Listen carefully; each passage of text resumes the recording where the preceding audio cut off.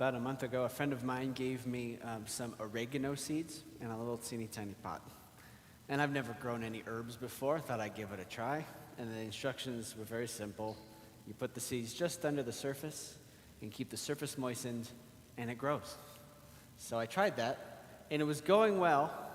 I got the things to be about a centimeter tall, the little sprouts. And this week they're dead, and I can't figure out why.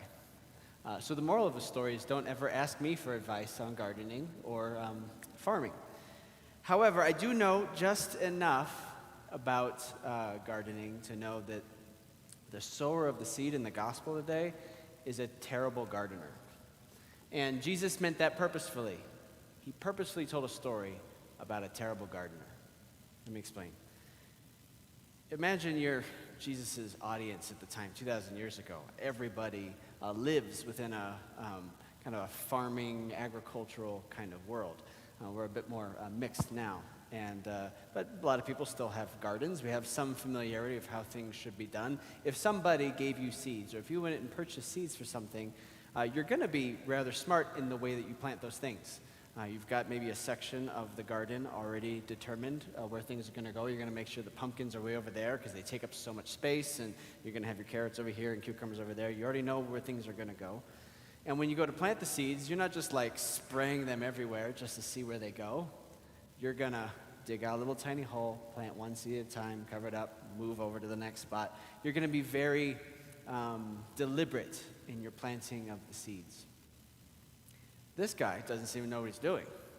He's just got seeds and he's dumping them everywhere. They're falling on the path where the birds eat it up. It's falling in the rocks. It's falling in the thorns. Some of it manages to fall on the good soil. Jesus obviously is giving us some analogy for what God is like. I think he's telling us a couple of things here about God. First, he's saying God has such an overabundance to give. He doesn't care where it lands.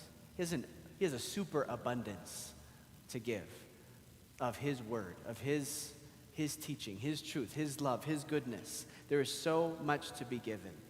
So just like if he had just if it was seeds, literally seeds, and it doesn't matter if he drops some, whatever.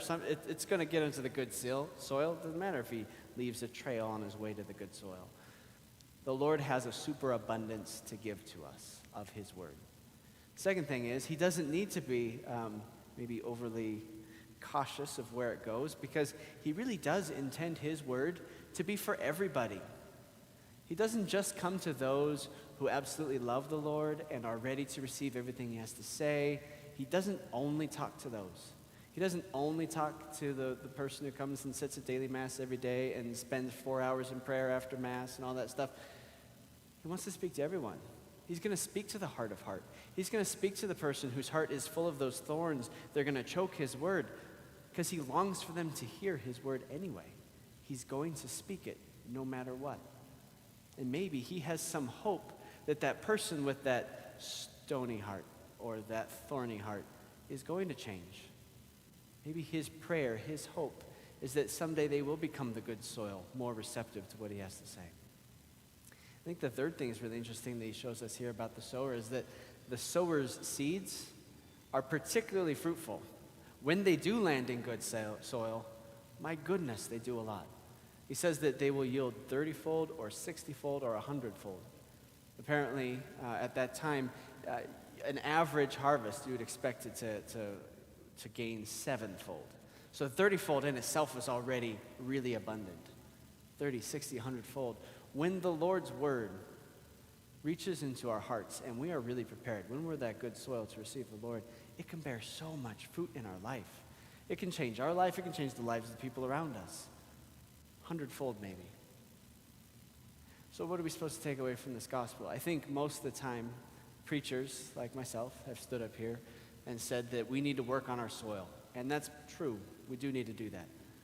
But I think that more than anything, the Lord is telling us about God in this.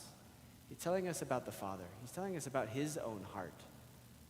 The kind of shepherd, the kind of sower, gardener that he is. He's one who has a superabundance to give. He's going to share his word with everybody, and he's going to let it be incredibly fruitful when it does hit good soil. So we're called now to imitate the sower. We're called to be that terrible gardener who shares God's word with everybody. We already have a superabundance of the seed of God's word. There's nothing lacking in what he has to offer there. We can share it with everybody in our life. That's what we're supposed to do. Share that. Share our faith. Share Christ with every person, no matter what their soil is like, whether they be the most receptive to it or the most hardened to it. We're going to share the truth into their life. We're going to speak it with love. We're going to give them Jesus' teachings. We share it without shame, without any lack of confidence. So today, we ask God to give us then the courage to share Christ with everybody no matter what, and let him worry about the fruits.